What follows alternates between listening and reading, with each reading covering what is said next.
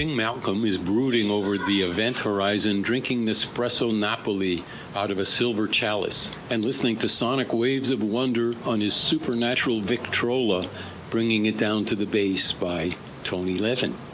All right, we are back with Creativity is the Cure. Today I have my special guest, Tony Levin. How you doing, Tony? I'm very good, Malcolm. Good to see you, and thanks for having me on. Yeah, good to see you too. And we are in Burbank, California. So, Tony, before we get started, the essence of this podcast is, I know you're a really creative guy. You do photography, music, all that stuff. But a couple of years ago, I realized I was starting to solve problems in my life by using the same part of my brain. So if I was doing a drum solo or you doing a bass solo, I really think that part of our brain helps us realize how to get out of sticky situations. What are your thoughts? I haven't thought about it that way. Very, very good thought, though. It's a good idea, and it's probably true. Probably I've been doing that for so long that it's not a conscious decision. It's just kind of what I do. However, since you brought it up, one thing that comes to mind is back in the 90s, I was on tour with King Crimson, and there was a fire at my house, which burnt up, not the house, but the barn, the kind of garage, right, where I had all my basses and amps stored. So it was kind of, yeah, it was a blow. It was tragic. And what I did, it wasn't tragic, but it was a blow. And side stories, I didn't really appreciate how special my older instruments were until they were gone. Until years later when I'd reach for one, it's not here anymore. However, what I did was when I got home, it was in the middle of the winter, and I arranged, just kind of walked around the house and looked at the mess and the cinders and stuff. And I arranged the surviving instruments and the ashes of the ones that didn't survive in front of the remains of the barn, and I took photos of it, which, by the way, were used for a cover. That was my next question. Yeah. What was that EP called? I remember it was a really good one. Probably Thrack Attack. I'm not sure, but it was one of the... And it had a little bit of fire in the artwork, right? Yeah, but I didn't do it for that reason. I just had to do that. You know what I mean? I had to, what do I do aside from smelling that horrible smell of burnt things? I had to make something. I wasn't thinking I got to make something creative. I was just thinking I got to do something here. And that is really a beautiful way to make something good out of something possibly negative. Yeah, I wasn't trying to make something good. I was just kind of what I did. Yeah, it sounds like it's inherent with you. I think so. All right, let's go way back in time. When you're a little boy, when is your first memory of realizing that you could be creative? It doesn't have to be bass or all the different things that you do. Because I don't think about it that way, and I don't think about what I'm, me from the outside, it's going to be hard for me to answer that with any kind of accuracy. The tradition of my parents and for my older brother Pete and me was to be, you got to take piano lessons. You have to be introduced to music. Not so much art, but if I had got earlier training and grounding in art, then I would be equally comfortable with that as I am with music. But anyway, it was taken for granted in my family that you have to play music, at least up to some level. So we took piano lessons, kicking and screaming, my dad. And was I thinking, I'm making art? No, it didn't enter my mind. Did you go right to bass? I went to bass pretty young, maybe 10 years old, because it's a large instrument, and we're talking the string bass or the double bass. And I was kind of a big kid, a tall kid, so I could pick it. I asked my parents when they were pretty old, long time after I chose the bass, I said, did I say anything about why I chose it? And they said, no, we had asked you, and you just said, I like the bass, and I like to play the bass. And it sounds a little frivolous, but after all these years, I can appreciate what a good decision that was, and it was not from my thinking part of my brain. Somewhere in me, I like to play the bass, and I could fairly say about myself that I like to play the bass today, and I'm really no different. I'm still trying to play it better. I'm still, when the music's good, I'm a happy guy, and that's what I like to do. So in some way, my process started early, and I was very lucky that some part of me chose the bass, and very lucky to be in an environment with my family where they said, okay, we'll get you a bass, and we'll rent you a bass, and you can do that. I remember, I think it was your first book, Beyond the Bass Clef, right? You had a story in there that said, when you die someday, if there is a God, you want to play bass for God. Is that true? I don't even remember that I said that, but yes, it's true. Okay, so I'm curious if you think with your parents you inherit any creativity or musical ability from them. Some people think it's the environment. Some people think it's even genetic. I think, I remember correctly, your dad was a sculptor. Correct. Right? Yeah, very good one. Good question. I'm still. My mind is stuck on the last thing, the thing about God that I didn't know I had said, and I'm wondering what kind of music would he or she make. I think I'll be comfortable with it, whatever it is. But okay, if I can get off that. Yeah. Yes, my dad was. In fact, there happens to be a little prose poem I wrote to accompany my new album, and we will be talking about my new album. Oh, yeah, absolutely. I re-examined. Just last year, I re-examined a sculpture that's in my house that my dad did. It's a bass player, a jazz bass player. It's mahogany, and he's wrapped around, it's about 1.5 feet tall, and he's wrapped around it as one with his instrument. And he's bald. Listen to this. He's bald, and he's kind of slim. And you can't make out his face. And I was 8 years old when that, in 1954, when that appeared. Wow. And a few years later, for reasons unexamined, I chose to play the bass. And now, after so many years, I seem to be bald and slim, and so yeah, I had that thought, and I wrote pretty much what I just said, just as a writing exercise. But then, when it came time to do the artwork for my album, I wanted to accompany the album. This is my upcoming album.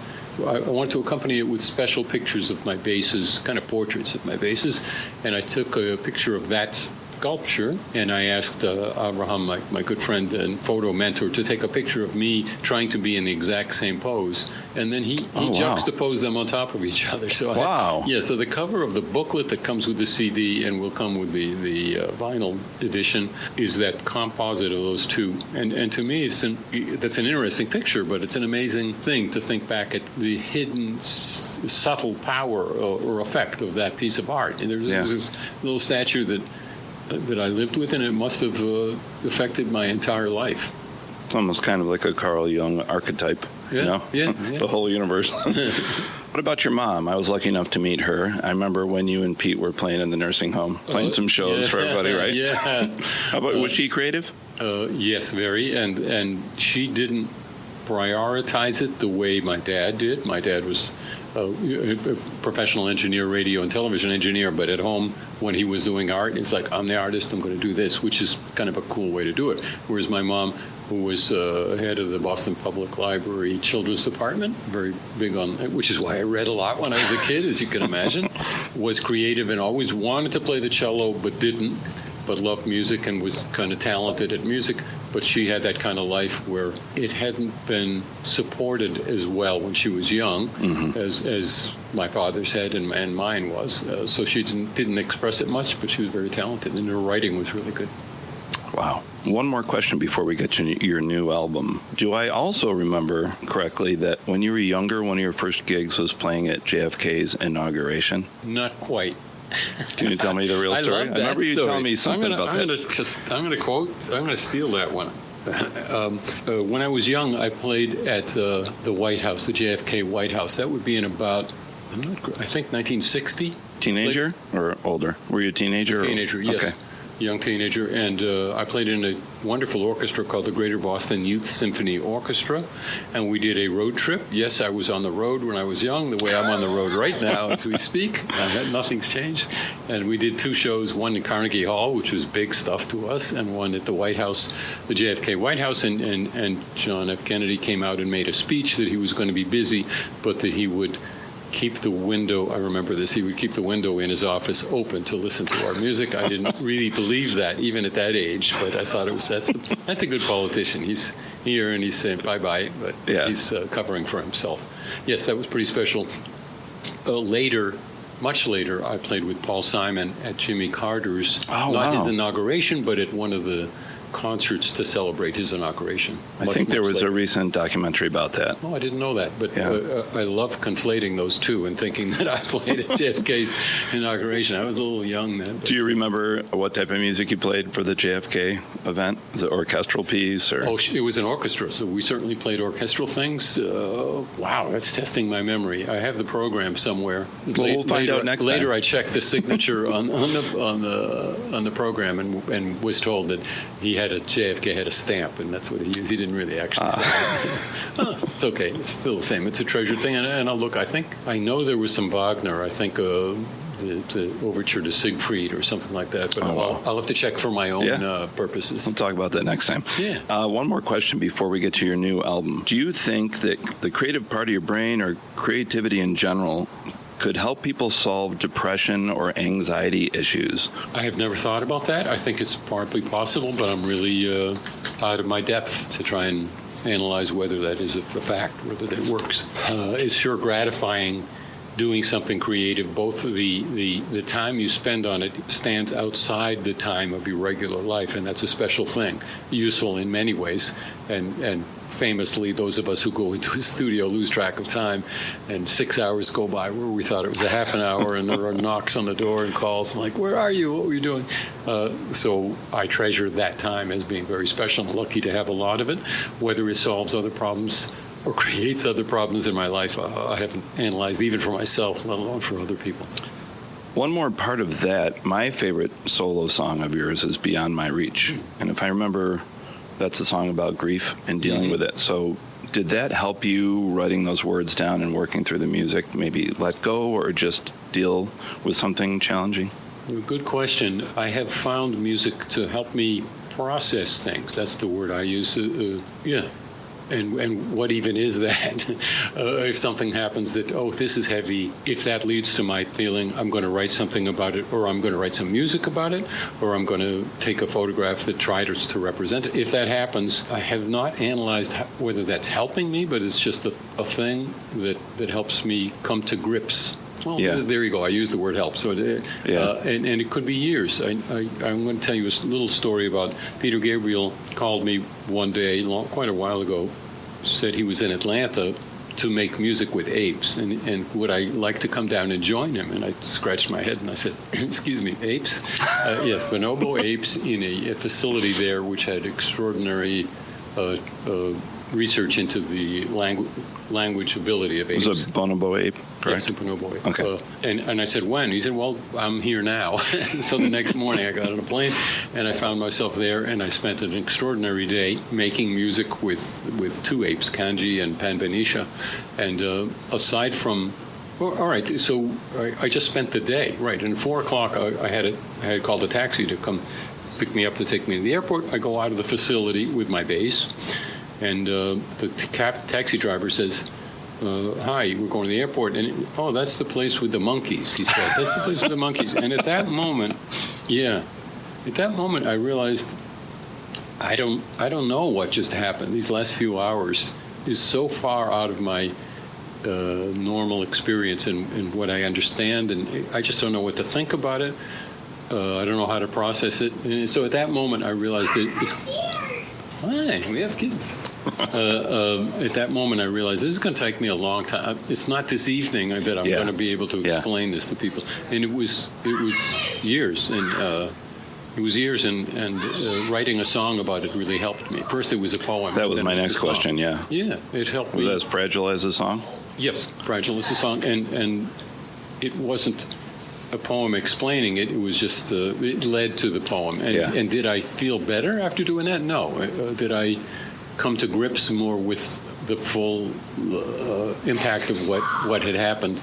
Yes, I did. Yeah, and I was actually listening to that on the way here, and I love the line, it's the spaces in between the notes that are important, right? Yeah.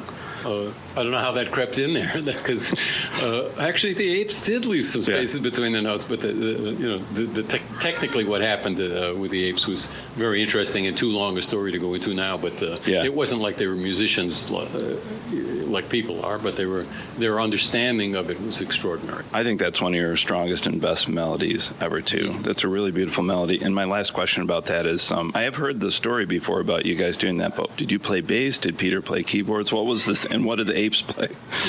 The apes had a keyboard. They had played keyboard before with Peter. This was not his first trip there. He had made a couple trips there. I love that we have kids playing in the background right now. He made a couple trips there just to see what it's like, and mainly they understood what people said, what their trainer said, and what Peter said. So, for instance, when we started with Panbanisha, she was sitting at the piano in a slightly different room than we were in. We were in the kitchen area, and she was in the main room, but she could hear us. And she started playing with the backs of her fingers a number of notes at the same time. And we played a little bit, and then we stopped. And Peter said, "Panbanisha, last time we played, you played with one finger of each hand." Yeah. And that was good. That's exactly what he said, with an English accent. And from then on, for the rest of the hour that we did that, she played with one finger of each hand. Wow. Yeah, so the syntax and the accent and all that, no problem. She totally understood. Was she, making music like we were? Maybe not, but she was listening, and it's hard to say, thinking back, but thinking back, it's hard to say if she was reacting to what we were playing or just fooling around on that piano. What she played was very similar to a chopsticks kind of thing, with 2 notes at a time and the fingers on the white keys separating. And I found it very interesting, and I didn't know what conclusions to draw from it, and I still don't. But this I know was an extraordinary opportunity, and like the song says, it was an extraordinary connection with an animal that lived in a different world, far more wild than any of my pet cats or dogs, but also far more intelligent. And did you guys sing at all, or just play? Peter did. Yeah. Wow. Is there a recording anywhere? I have no idea. I remember her picking up her blanket, Panpanisha, for some reason. Maybe she was chilly, and Peter singing, "Blanket keeps me warm." And I'm thinking, this is a good song. That's good. I hope this grows into a song. And I think out of it, you got Fragile as a song, and he got a song called Animal Nation, right? Exactly. Yes. So cool. All right. But when we say got out of it, yes, there were those songs and expressions and poems about it. But I can speak for Peter also. We got a lot more than that from it. It was just extraordinary, the connection between species. All right, let's move on to the new album. Your new solo album is called Bringing It Down to the Bass, and it's coming out September 13th. Yeah. I've only heard the title song that you put up right now on Spotify, but also you sent me an advanced song you did with Steve Gadd called Espressoville. Yeah. What was the goal, theme, or intention with this particular album? Because I know you've always told me, all right, the next album I'm going to be in a cave and we're going to float through. Yeah, I love an album with a theme, but I'm not lucky enough to always have complete what I love to do and what I'm doing. So through the years, I have a number of compositions that I think are really good. And the last couple of years, especially in the last year, I started realizing with all the road trips I have and the wonderful musical distractions, I'm never going to finish this album and release it if I don't carve out some time and put my priority first on this album, which is what I did early in 2024, so that I could finish it. So I incorporated some songs that I had written quite a while ago and some that were from last year, and I wrote some new stuff. And then step 2 was... Because there were, I don't know, I'm guessing 25 tracks. Step 2 is deciding which ones go together and make a coherent record. And I would love if it had a theme like It's in a Cave, but no, not such luck. A lot of it was progressive compositions that were very long, and gradually I got a sense of, hey, there's an album here featuring the bass with different sounds, different techniques, different bass lines that I started the piece with, and it would be really cool if I brought in not one rhythm section for the whole album, but really special players for each track, whom my wish list would be, what if I could get Manu Katché to play this? Right. I wonder what he would do. If I could get Steve Gadd to play on my song about coffee, the Espressoville. Yes, of course. We go way back with our coffee fascination, me and Steve and Malcolm, for sure. Yeah, so I thought that would be good, and that's the kind of album I did. Genre-wise, I've been around a while. I know it's better to have one genre that your album is, and you can say it's blah, it's this, it's heavy rock. Yeah. And I didn't do. If there's a genre there, it's bass. Unfortunately, a genre that only I care about. It's a bass-centric album, but the bass doesn't by any means solo on each piece. So what it ended up is an album with really great players of hopefully well-written tracks.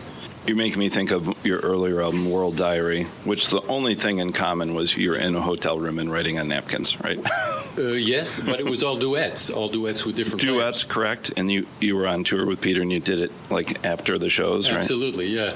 That was a really fun one. Yeah, it was. That was my first album, and then my first solo album. That's the wrong quote. My first album I put out of my own stuff, and the second one had 3 players. It was from the Caves of the Iron Mountain with 3 guys. Jerry Marotta, Steve Gorn. And then I went up to 4 players. I see. And that was here. We're talking way back last century. But 90s. now I'm up to all the players I want to get home, bring in horns. And by the way, the album, yes, there's bass-centric and bass-featured things, but big exceptions to that, like a barbershop quartet that I just had in mind. I always... on this new album, there's a barbershop quartet? Yeah, I'm sorry I didn't send you all of the tracks, and I will. But by the time people are hearing this, they can go hear the tracks. So I long treasured the experience that you'll remember of getting up and turning over your LP, your album. Yeah. And I wrote a poem and then a barbershop quartet about that experience called Side B, Turn It Over. And there's also... And on the vinyl, will that be the last track on side 1? Absolutely. Okay. And the mood changes completely. And on the CD, sorry, you got a CD, but it's in my heart. It's a vinyl. The mood changes after that. It gets further out after that. Yes. And another track with all my vocals. I wrote this in lockdown year when I was going crazy. Like that was a question I had for today. What did you do during the lockdown? I did 2 things. I finished a photo book that came out really great, and it took the whole year, called Images from a Life on the Road. Yeah. But I also did this track of vocal, my voice only, in a male chorus, what I would call a male chorus, using only the names of drummers that I played with. I've been around a long time, and I played with a lot of drummers, so maybe that sounds like that would be simple, but far from it. I had... it was complex. It's on YouTube, right? I think I saw. The old version is, yes. Oh, so this is a new version. Well, it's not really changed much, remixed, and it's just better. Yeah. But I took it off. I took the old version down because it's on the new album, and it sounds different. But yes, it's that piece, and You were very kind to sneak me in there for 1 second. How many interviews do you do where you're on the album? You're named on the album. Mind you, very quickly, and a couple other drummers, a couple of hundred other drummers. Oh, my gosh.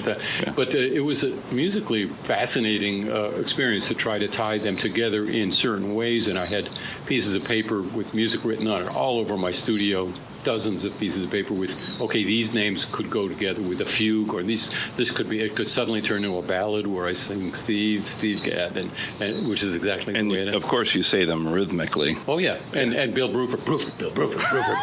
I don't want to do my whole album here, but anyway, I realized this genre-wise, this does not fit with the rock album that features the bass, but it's got to be there. Plus, it really is a testament and a tribute to and a thank you, a subtle thank you to the many drummers I've played with who taught me something about how to play bass, because that's what happens in a rhythm section. Especially when you're starting out and playing with a guy who's better than you, you're learning from it. Yeah, and then I think you told me before that Steve really helped you out early on about playing ahead of the beat, behind the beat, all that. Yes, he was my mentor. I was so lucky to be at a classical music school, Eastman School of Music, with the drummer Steve Gadd, who was always great. He was already great and well known, and he didn't really have a bass player who wanted to do his gigs with him. So I said, well, okay, I'll do that. And I wasn't very good at it. I was a classical geek who plays right smack in the middle of the beat, and I didn't understand about playing on top of the beat, and then later about playing behind the beat. Yeah. And it wasn't like we made an agreement that he's going to teach me, but he was quietly teaching me how to do it. Yeah. Now, like I said, I've only heard 2 of the tracks, but they both have horns on them. And I had 2 questions. Were they real horns? I couldn't tell because samples are so good these days, but I wondered if there was a theme on the album of horn arrangements, because I haven't heard you do that a lot on your solo stuff. No, I've never done it, and they were real horns, and those are the only 2 tracks. I didn't choose wisely what to let you hear. The rest of it is guitar, bass, rock stuff, and that's what most of the album is.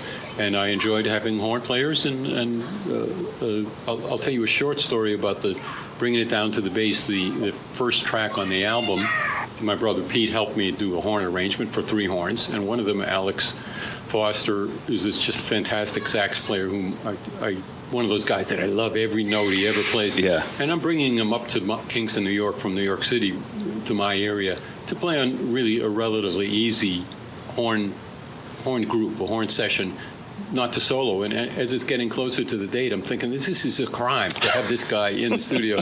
And so I added on to the end. The piece actually literally ends. And then I just kind of come up with a different groove, again, bringing it down to a bass groove.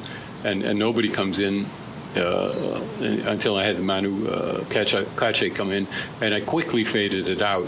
But I said, after we had done the track proper, I said, Alex, would you please just play whatever you... He hadn't even heard it. Just play one take on the end of it. Wow. And as I listen to the music, you listen to it a million times when you're mixing your album and stuff, it's still my favorite part. The little thing he played is just so precious. It reminds me how remarkable it is that these musicians, with a lifetime of training and a super talent, you call them for a 3-hour session, they come in, they play their hearts out, and you give them a check maybe for a few bucks, and they go home. And what they gave you is precious, in my sense, is precious beyond what money even can express. So absolutely, so that particular thing reminds me of that. And let me continue with the last bit of it. I mentioned that I faded out quickly. Mm-hmm. Well, after he had played, that was on the track that he played to. After he had played on it, I wished that I had not faded out for like 10 minutes. I wish I kept going. And I faded out, I'm talking about 25 seconds or something. Yeah. So in the mix, Kevin Killen, my wonderful friend. He's great. Great engineer. And I'll talk later about why he was perfect for the mix. But he faded it out and sent me a what do you call it? A rough mix. Yeah. What do you think of this? And I was, no, you got to go a lot further before you fade it. And that went back and forth a bunch of times. And you say, Tony, everybody stops playing. It's not a fade if I just suddenly stop. So we had a wonderful debate, laughing because Tony wanted to hear more of the sax, but Tony had decided too early to fade out, and Tony was torn on that. By the way, Kevin and I go way back to. Notably, the Sledgehammer bass sound way back on Peter Gabriel's So album. So I've worked with him a lot since on Peter's stuff and on other projects. So just when I thought about the bass sounds we were going for with the different instruments on this album, I thought, well, geez, why don't I see if Kevin could do it? And he could. And I was very lucky. Is he in New York? Yes, he is. Oh, great. Let's give thanks to all the players on the album. Yeah. Can you name as many as you can think of? Oh, I didn't bring a piece of paper. I should have. Well, maybe we'll think drummers, bass. Let's talk drummers. Bass players, there's just me. I didn't think of having other bass players. I could have. Yeah, the first track is Manu Cache, and I recorded him while we were on the road with Peter Gabriel. We had a day off in Montreal, and I dragged him into the studio and had that wonderful experience of the first take. I was in the control room at the desk, pushing that button I never get to push because I'm always in the studio proper, and saying, Manu, that's it. I don't even ever want to hear another one. And then we argued because he wanted to do another take, and we compromised. He did one more take, but I used mostly that first take. Yeah. It's just the entrance, the way he entered, was really special. Then my old friend Steve Gadd is on Espresso Ville. Typical of me, I've had a number of titles for each song, so sometimes I forget what was the final title. That was called Cup of Joe at one point, and it starts off with the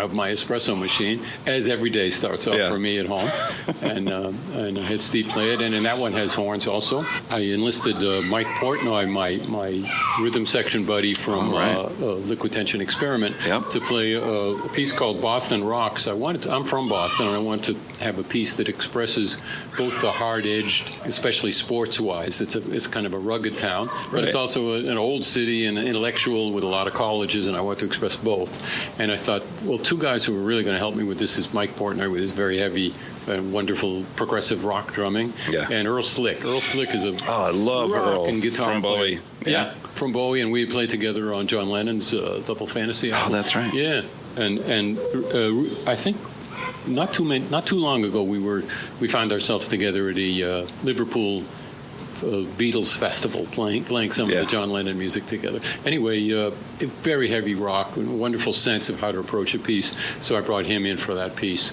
I'm going through the pieces kind of in order in my head. It's a good way to do it. Yeah, Pat Mastelotto, my old friend, and I've played probably more with him than any other drummer. We're in Stickman together. He was one of the three drummers in King Crimson for the last bunch of years, and I brought him in for a piece that also features David Torn on guitar called Bungee Bass. I misspelled bungee, but it starts off with the NS Electric upright kind of in a bouncing way, kind of like that, and wrote a piece like that, and an instrumental. I'm already so excited. These people you're naming, all my favorite players. Keep going. Yeah, thank you. Okay, Vinny Caliuto, a super drummer, and I have played together on quite a few albums, but always wanted to tour together. And we did tour together, yes and no. When in 2016, when Peter Gabriel toured along with Sting, the whole show, Vinny was playing Sting's music, and I was standing right in front of Vinny, and I was in drum area heaven, because I love the way the subtleties of the little quiet stuff he does between the big heavy notes. Anyway. Sorry to make this such a long story, but no, it's good. I said, Vinny, could we just do a duet together? I got a thing in mind with the Chapman Stick, kind of a funky, and it's called Uncle Funkster. And let me say about that track that I've been trading files for years. We all have. It's not our favorite way to make music, but it works. And lately I've come across a better way to do it, which is instead of just sending them, here's the this is a piece. I did this with all the tracks on the record, but in this case, it's just the two of us. But instead of sending him, here's the bass part, it's done, play to it, get it right, I sent him the rough idea of the bass part, and I said, you can play exactly with this, or you can just do other stuff, and then I'm going to play to you. So it's that extra generation of trying to play with the other guy that to me makes it a little closer to the norm we used to have of being in the same room at the same time. So that's that piece, Uncle Funkster with Vinny Colaiuto. Oh gosh, so many pieces. Robert Fripp, when we were on tour with King Crimson, started the show. Before the show, he would play a soundscape, and some nights he would ask me to come on stage. I came on stage with the band, but he'd say, Tony, as soon as you're on stage, play a little of the upright along with the soundscape. And at some point he said, why don't you take some of these soundscapes and record on them from home, and we'll put them out on an album. And I never did it. Very unlikely me. I must have, after Crimson tours, I kind of get into other stuff, maybe my own music. Anyway, years later, I did exactly that. I said, Robert, you mind if I finally do that? And I put it on my album. So that's called Floating in Dark Waters. And it was just Robert and me. Kind of a very dark soundscape, and I particularly wanted to play the Steinberger bass that I used to play a lot way back. It's the first one that Ned Steinberger made way back before it became NS. For people that don't know, this is like a stand-up bass without the body, right? Not at all. No, This is before. That's the NS bass. The Steinberger bass was the first guitar-type instrument with no, what do you call the tuning bit at the far end. Tuning pegs? No head. Okay. It was just chopped off, and the tuners were at the bridge. Oh, those were popular in the 80s. I remember Sting. It all started from that very bass, the very one that I'm playing. Because he made it, and he found me in New York. We were both kind of young, and he said, what do you think of this? And it was a fretless one, and I think I loved it. It was also made of carbon fiber, which I had never heard of. I think it could have been the first ever carbon fiber guitar. Anyway, I played it a lot in the old days with Peter Gabriel on the road, but not so much since, because it's a little bit fragile and a little bit precious. Okay. So I thought this track with Robert is the perfect one to bring this out. And in fact, it does sound a little like an upright bass, but it's in that it's big and fat. But it's a fretless, And part of all of this was my wanting to take creative portraits of these instruments to include with the package. And the Steinberger bass is flying. Sorry to go on about these stories, but I wanted it flying through the air like a jet plane, right? Like we're hearing right now. Yes. Next to the airport. Yes. Yeah. This is what you get for recording in Burbank.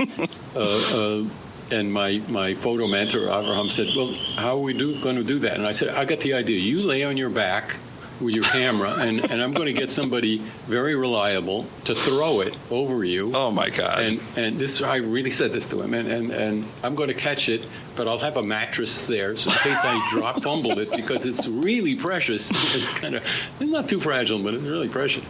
And he said, you know what, that's a really bad idea. But so with Photoshop, we were able to give me creatively what I envisioned, but we didn't do it by throwing the darn bass over. Yeah, but it is blurry, and it is up in the sky. Anyway, sorry to go off on that. No, that's cool. That's why we're talking. Jeremy Stacy, one of King Crimson's wonderful three drummers from the last few years, joined me on the piece called Road Dogs.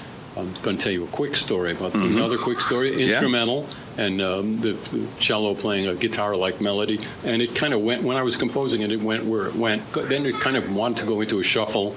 And I got the idea of, geez, it'd be nice.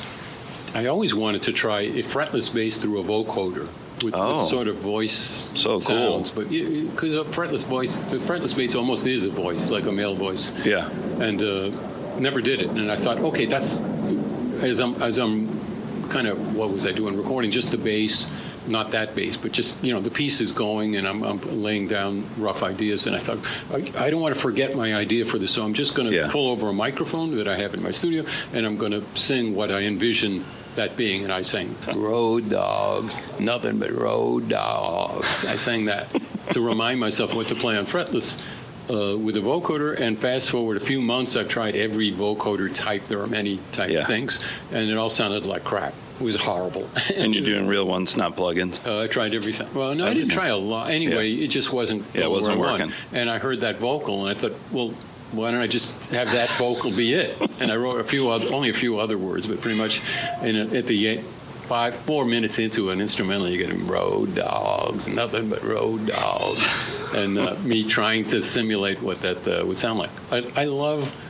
You can tell from my talking about it, I've had a lot of fun making this recording, but I love when music just kind of takes you on a trip that you didn't plan. So that's one of the many examples from my album of where the music dictated that, and it went where it went. It went where it went. And unlike some albums, I wasn't second-guessing myself. In many cases on this album, in the normal world, I'd say, well, genre-wise, if I sing on this even a few words, then it's not an instrumental album, and the record label was blah, blah, blah.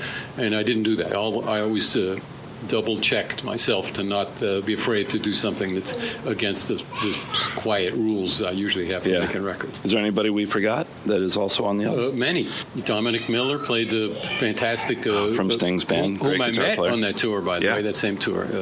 I enlisted him to play wonderful guitar on bringing it down to the bass.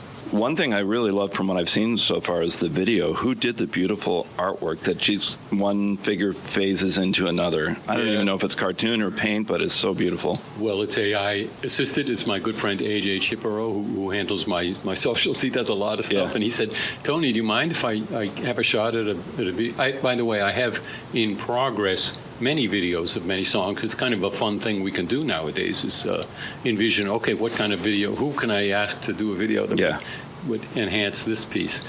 So there's many of those going on. And AJ said, you mind if I do that? And I said, sure, I don't mind. Let me see what it looks like. And one of the things he did, he knows that I have West Highland Terriers, 4 of them, and he put them in the video. I don't know why he did that, but I thought, that's a sale. That's part of who you are. I love that. Near the end, when it gets to be, okay, I'm... Road dogs. Road dogs.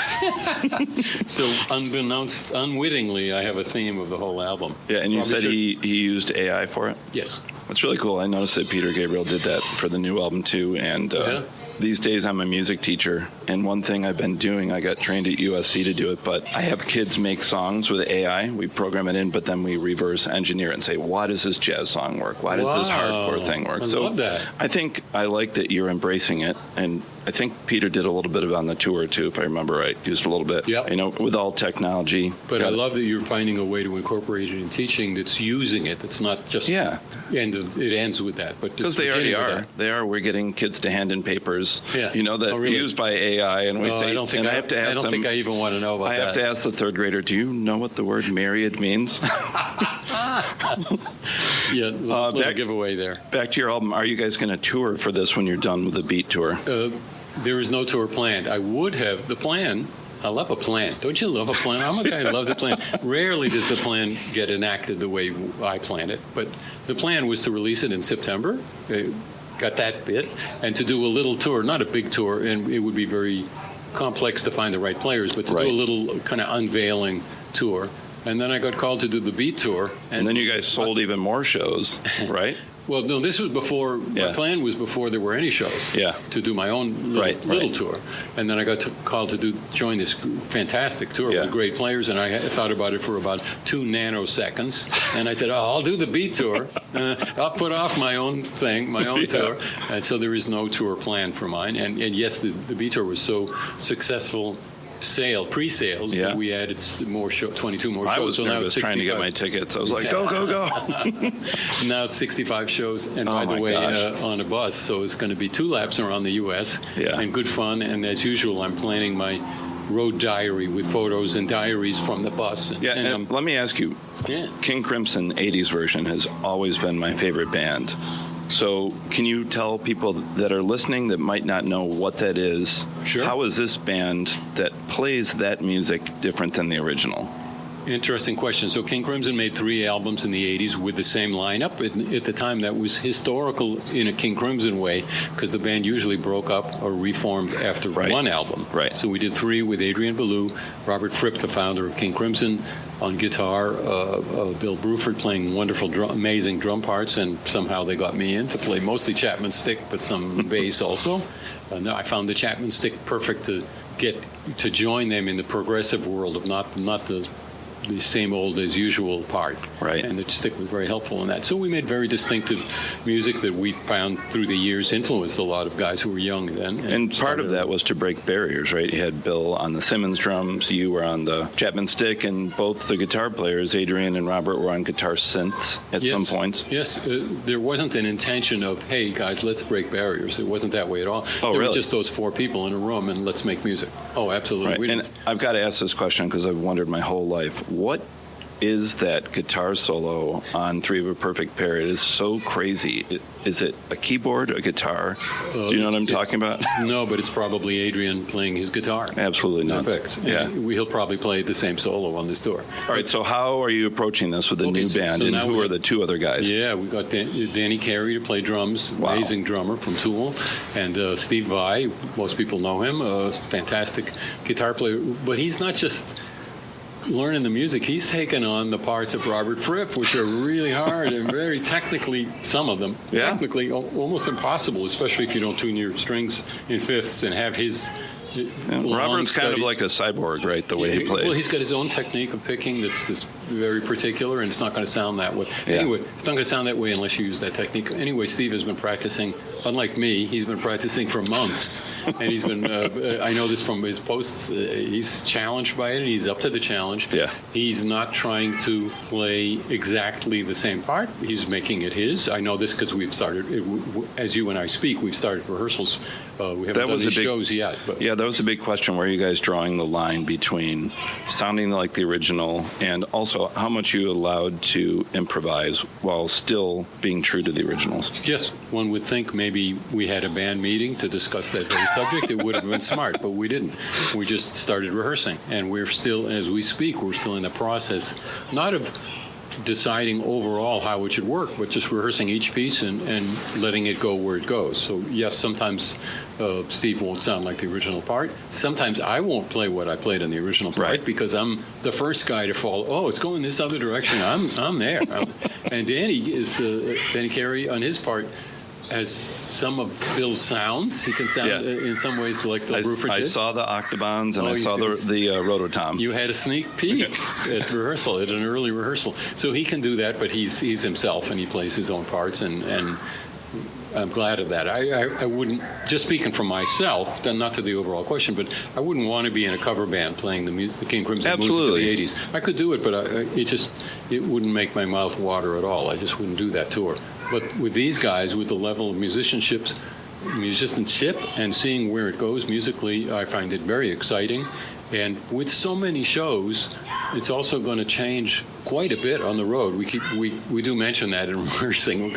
We're getting ready for the first batch of shows, but it's going to change. And frankly, it's pretty rare that I've done that many shows without much of a break. Usually, in my experience, you do, 10, 20, even 30, and then you go home for a few months, and the next year you start up in a different territory. This is 65 shows, so it's going to be really interesting for me to hear the 65th show versus the first show. Absolutely, yeah. I've seen you play a lot with the Tony Levin Band and a few other versions of King Crimson, and you guys have done some of those songs before. Was there one song in this new tour you're getting ready for that you haven't played since the King Crimson days? There are many. There are many that I have played all the time in different bands, and with Adrian Belew we have our summer music camp where we do a whole show of King Crimson stuff that's great. So those I've played many times. I don't need to rehearse them at all. But yeah, digging into those albums, there was some tricky stuff, and I hadn't really remembered how I had a fondness for playing different time signatures on the top of the stick and on the bottom of the stick at the same time. which is its own thing. Okay, but then sometimes there's a background vocal to be sung with Adrian, who's in a third time signature, and you can't. Someone else maybe could just do it, but I can't do that unless the first two parts are just under my fingers. You know what I mean? Right. So I don't have to think about them or even count them. My fingers are just going to play them, and then I can watch his lips and sing in this other. It sounds like you really have to compartmentalize your brain. There you go. That's a good way to put it. I didn't think of putting it that way, but and to do that, I need to play it so many times that my fingers learned it, or that part of my brain learned it, and can say goodbye. Yeah, and so that has not happened yet. Not even close. I don't want to ruin any surprises, but is there any way you can tell me if you do my favorite song, Satori and Tangier? At this point, we have not, when I'm speaking to you, we have not decided. We rehearsed that.